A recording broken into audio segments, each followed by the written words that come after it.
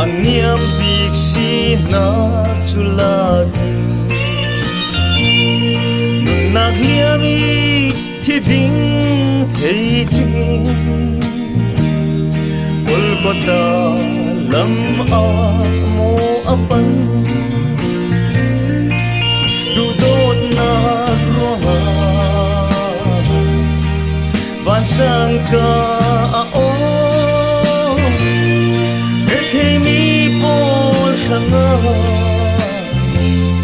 nung oi nagdaratan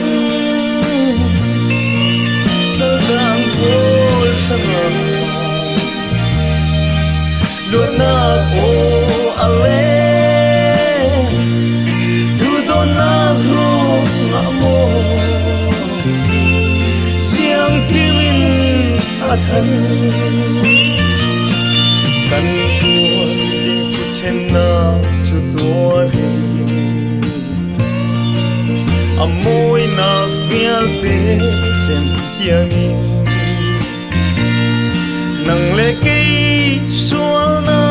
chu purin thing lam ta para mo ati du dot na ruanga van sang ka a o re thei mi por sanga dung oi na da a thang sal tang por sanga luat na o ale du do na ru nga mo kimin athan kan sual man thi na chu pekin at thi sen sung lo in klen tu don na ruanga in tu sa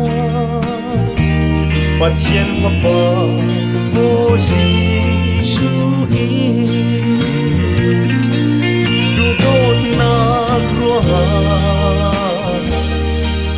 van sang ka a o re thei mi por sanga nung oi nak dar a thang sal tang por sanga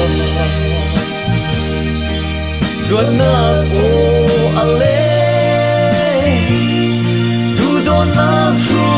nga mo siang kimin athan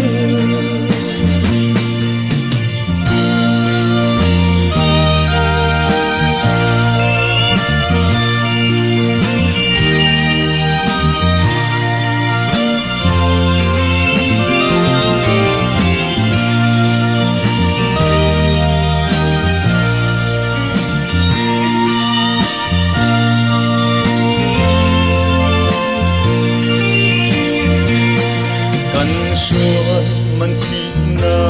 chu peki at thi sen sung lo in ten tu do na ruanga in tu sa pathian fa pa o ji su du do na ruanga sang ka a o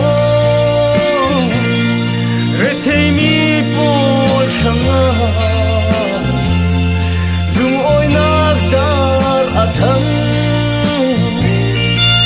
sal dang por sanga luan nak o